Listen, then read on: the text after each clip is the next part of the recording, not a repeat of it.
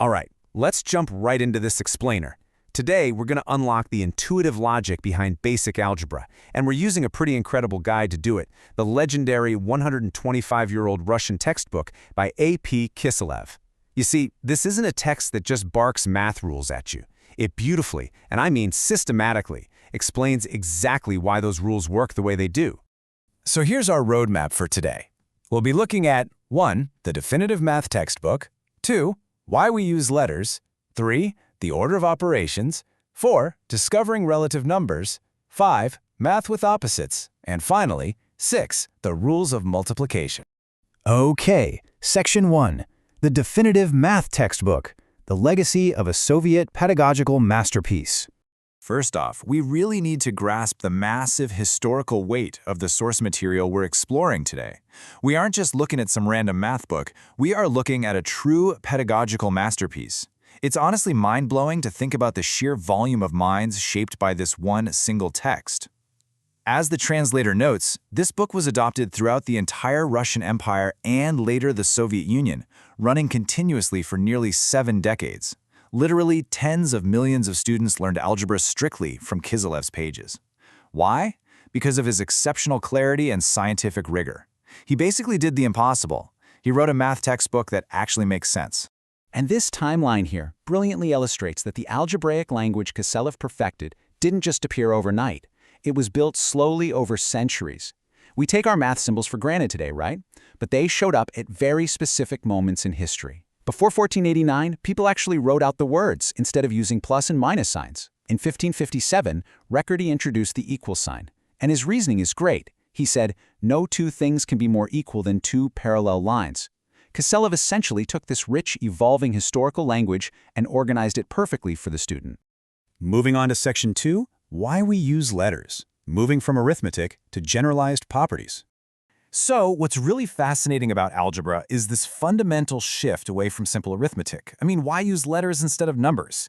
If you have ever felt completely frustrated by the sudden uninvited appearance of X and Y in your math homework, Kiselev gives a highly practical answer for it. The crucial point is that letters allow us to express the general properties of numbers. They let us write abbreviated rules to solve entire categories of similar problems rather than just painfully solving one specific arithmetic problem at a time. By swapping out specific numbers for letters, we create a formula. And a formula is just an incredibly concise way to express universal mathematical relationships. Think about it. Knowing that area equals base times height, or A equals B times H, means you basically have a master key. You can unlock the area of literally any rectangle in the universe just by plugging in new numbers. It's a total game changer. Looking directly at Kiselev's text here, we see how cleanly he defines this transition. He writes, any equality or inequality expressing, by means of letters and operational signs, some relation among numbers is called a formula. He completely locks in the concept that beneath those letters, we can understand any numbers. The letters, they're just universal placeholders. All right, Section 3, the order of operations, the grammatical rules of algebra. Of course, to actually read these new formulas, you gotta know the grammar of algebra. Just like English has punctuation rules so sentences make sense, math has an order of operations. Kiselev lays out a really strict hierarchy for solving expressions. And honestly, this is exactly where most people get tripped up on those viral social media math puzzles. You always start with the higher order operations, so raising to powers or extracting roots. Then you move to multiplication and division, and finally, you finish up with addition and subtraction. Though keep in mind, round, square, and curly brackets can override this sequence entirely. The brackets are basically the ultimate directors of mathematical traffic. They tell you exactly what you need to calculate first. Which brings us to Section 4, discovering relative numbers, when arithmetic isn't enough to describe reality. Let's see how all this builds into real-world applications where normal, everyday arithmetic numbers actually fail us. Kiselev asks us to imagine 2 trains on the October Railway. An express train is 100 kilometers from the station of Bologoy, and a postal train is 50 kilometers from Bologoy. So how far apart are they? Well, knowing their simple arithmetic distance from the station isn't enough to answer that. If they are on the same side of the station, they're 50 kilometers apart. But if they're on opposite sides, they are 150 kilometers apart. Just using regular numbers leaves us totally in the dark. So how do we account for that direction? We fix this ambiguity by introducing relative numbers on a number line. We assign a positive direction, say toward Moscow, and a negative direction toward St. Petersburg. Suddenly, positive 100 and negative 50 give us exact pinpoint coordinates. Our mathematical language now perfectly maps to physical reality. The absolutely crucial takeaway here is that a negative number isn't simply less than nothing. It represents an opposite direction or an opposite state of being. Think about it. A midnight thermometer dropping below zero is just negative warmth. A business incurring a loss, that's just negative profit. Debt is simply negative assets. We are measuring the exact same quantities, we're just doing it in the opposite direction. Next up, Section 5, Math with Opposites, Navigating the Number Line. Once we have these relative numbers established, we actually need to know how to calculate with them. How do we add and subtract these opposing forces? Kiselev uses a great real-world example of a housing cooperative. If the cooperative earns a profit of 200 rubles in January and then another profit of 150 in February, you simply add their absolute values together and keep the positive sign.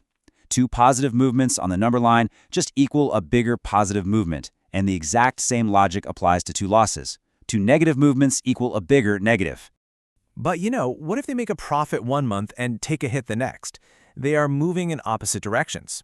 To add numbers with different signs, you find the difference of their absolute values and just keep the sign of the larger number. If your profit was bigger than your loss, you stay on the positive. If the loss was bigger, you end up in the negative. It is entirely beautifully logical.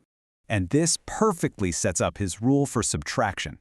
Kiselev proves that subtracting a negative is literally the exact same thing as adding a positive. To subtract any relative number, you simply add its opposite.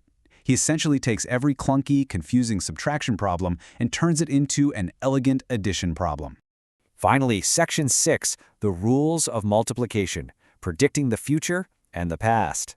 Let's explore how to multiply these relative numbers, because this gives us the mathematical superpower to locate moving objects in time.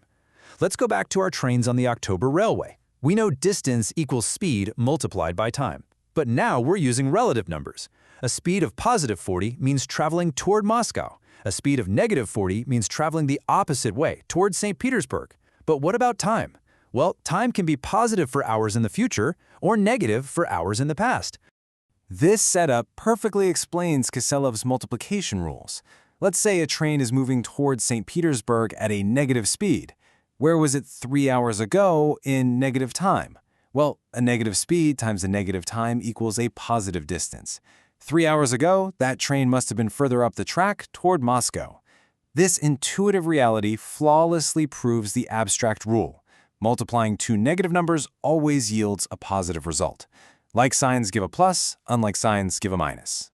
And this logic flows right into exponents, because like signs create a positive, any even power of a negative number is going to pair up those negatives and always become a positive result. So negative 3 times negative 3 is positive 9. But an odd power? That always leaves one negative sign unmatched, meaning an odd power of a negative number is always going to remain negative. Which brings us to a really fascinating cliffhanger. If an even power of a negative number becomes positive, and an odd power stays negative, what happens when algebra introduces roots? How in the world do you find the square root of a negative number if no two identical signs can ever multiply to create it? Kiselev actually covers that exact mathematical mystery later in his text. But for now, I hope you walk away from this explainer seeing that algebra isn't just some arbitrary set of rules to memorize. It is a beautifully logical language for describing our physical world. Thanks so much for joining me for this explainer.